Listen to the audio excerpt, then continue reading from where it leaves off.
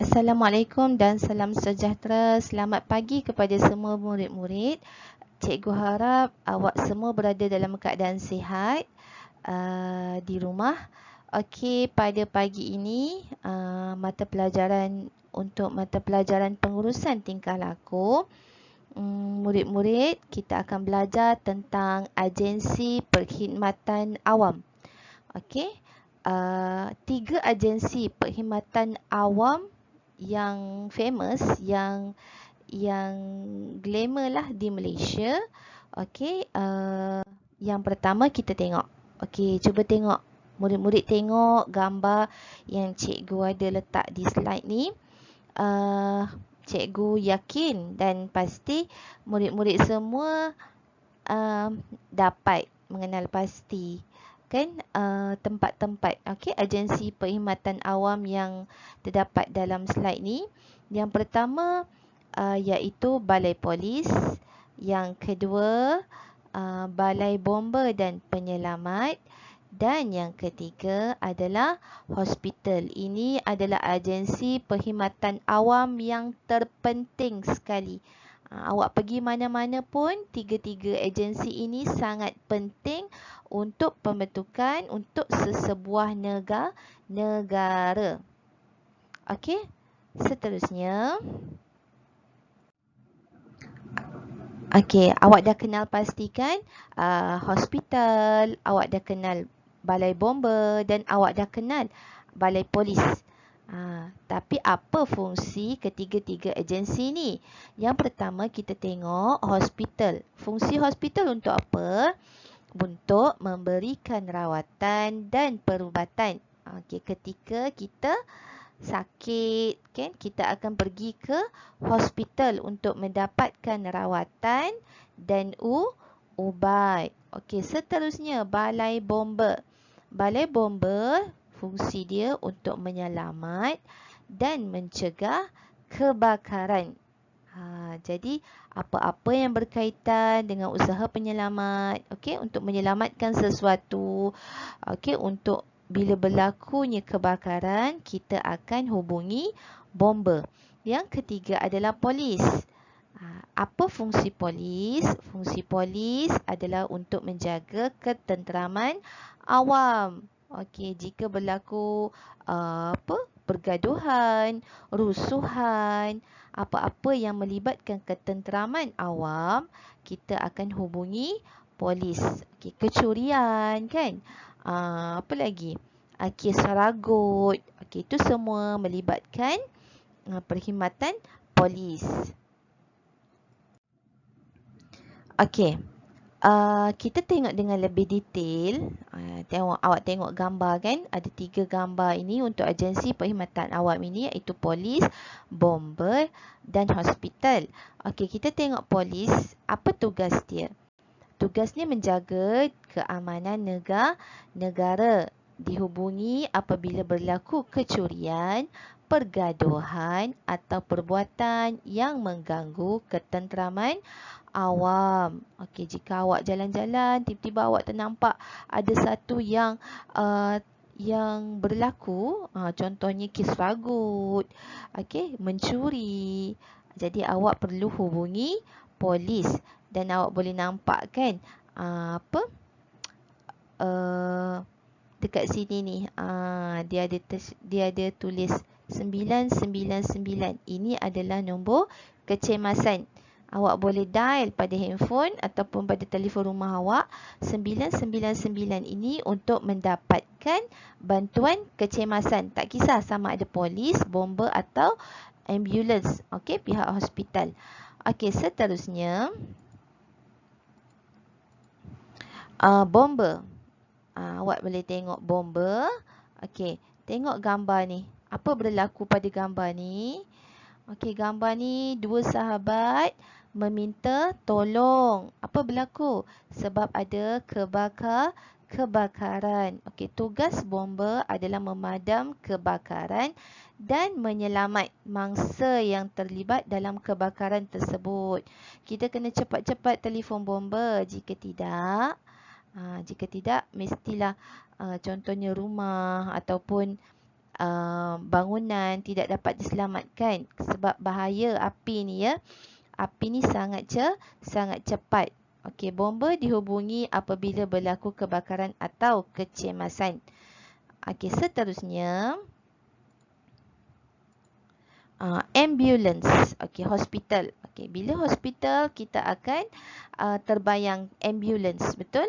Itu adalah kenderaan yang akan membawa mangsa ataupun orang sakit ke hospital. Okey, tugas dia apa ambulans ni? Membawa pesakit yang mengalami kecederaan atau sakit. Contohnya awak tak ada kenderaan, okey, ada orang sakit di rumah awak, tapi awak tak ada kenderaan nak bawa pergi hospital. Tapi awak boleh call hospital, awak boleh minta bantuan untuk ambulans datang membawa pesakit tersebut. Okey, ambulans dihubungi apabila berlaku kecemasan.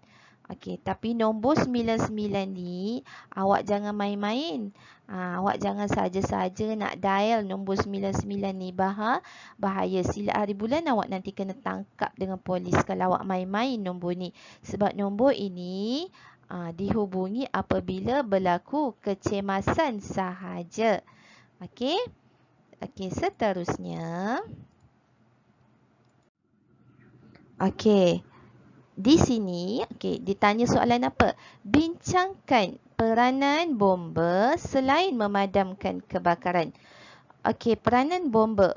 Okey, awak tahu bomba dia punya fungsi dia nak padam kebakaran je. Bila rumah terbakar, panggil bomba, kan? Sebenarnya bomba ni banyak sangat dia punya tugas dia. Tugas dia luas.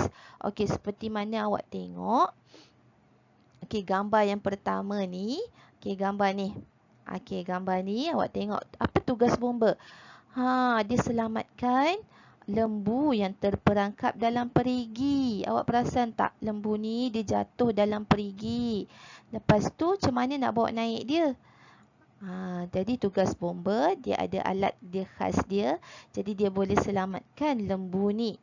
Okey, seterusnya, okey, gambar yang kedua. Dia tangkap buaya. Tugas bomba ni selain pada padam kebakaran, dia boleh menangkap. Okey, menangkap. Contoh ni menangkap haiwan-haiwan yang berbisa, tangkap ular, tangkap buaya, kan? Dia ada kepakaran, kemahiran dia dari segi tu.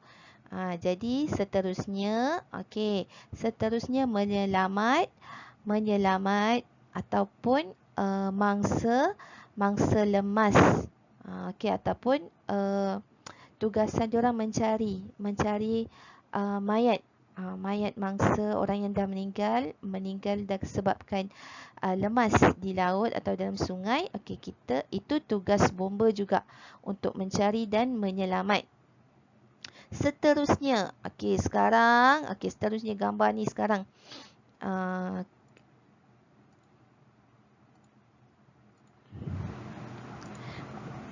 Seterusnya gambar ni. Gambar ni adalah gambar. Ini bomba juga merupakan frontliner. Di musim pandemik COVID-19 ni, bomba juga bertugas. Apa dia buat tu? Dia sanitize. Dia menyembuh, sanitize. Dia sanitize rumah, sekolah. Macam sekolah kita hari tu ada berlaku kan kes COVID. Jadi bomba datang untuk sembuh untuk sanitize lah. Dia datang untuk sembuh sekolah, untuk bersihkan kuman-kuman yang ada dalam kelas, yang ada dalam pejabat. Disembuh ubat lah. Disembuh ubat untuk mematikan kuman-kuman COVID-19 dalam rumah ke, dalam sekolah ke. Itu juga tugas bomba. Seterusnya. Cikgu nak awak ceritakan pengalaman kamu. Awak ceritalah pengalaman awak. Ketika awak mendapat rawatan di hospital. Cikgu yakin semua orang pernah pergi hospital, kan? Bila awak masuk hospital, awak akan rasa macam sunyi je kan, sebab dalam hospital tak boleh buat bising, betul, sebab orang sakit kat situ. Jadi awak akan mendapatkan rawatan. Mula-mula awak akan pergi daftar kan, awak akan pergi daftar di meja pendaftaran. Lepas tu awak menunggu nombor giliran awak dipanggil. Okey, gambar di sebelah sini pula adalah gambar di dalam ward. Bila awak sakit, awak tak boleh makan ubat pun masih lagi tak boleh merawat sakit awak. Jadi awak akan dimasukkan dalam ward, akan diberi rawatan dan dipantau oleh doktor dan nurse. Okey, ini adalah gambaran, okey, sedikit gambaran keadaan ketika di hospital. Nanti bila buka sekolah, cikgu nak dengar pengalaman awak, siapa-siapa yang pernah pergi ataupun yang pernah warded masuk ward di hospital. Okey. Okey, cikgu yakin sangat awak dah faham. Okey, dah boleh kenal agensi perkhidmatan awam. Okey, iaitu 3 ni, polis, bomba dan hospital. Jadi, cikgu nak awak buat latihan pada muka surat 56 dan 57 pada buku aktiviti pengurusan kehidupan. Okey, pengurusan subjek tingkah laku pada muka surat 56 dan 57. Yang pertama, awak tulis okey, nama agensi perkhidmatan awam. Okey, awak tengok gambar dan awak tulis apa dia. Apa dia, awak kenal pasti dulu gambar ni dan awak tulis nama agensi perkhidmatan awam tersebut. Dan muka surat 57, cikgu nak awak cari gambar yang sesuai, tak kisah dalam majalah ke, dalam internet ke, dalam surat khabar ke. Okey, dan awak tampal. Contohnya dicakap menyelamat dan mencegah kebakaran. Okey, awak cari gambar bomba tengah padam api ke kan, tengah menyelamatkan ke, tak kisah, tapi bomba yang menyelamat dan mencegah kebakaran. Menyelamat dan mencegah kebakaran mestilah bomba kan. Jadi awak cari gambar bomba yang tengah bertugas tu dan awak tampal kat sini. Okey, boleh? Dan seterusnya lah, menjaga ketenteraman awam, memberi rawatan dan perubatan. Okey, jadi awak tampal pada ruangan yang disediakan. Okey. Okey, di situ cikgu rasa sampai sini saja untuk subjek pengurusan tingkah laku. Awak boleh buat tugasan awak dan hantar ke Google Classroom. Okey, terima kasih semua. Assalamualaikum. Jumpa lagi.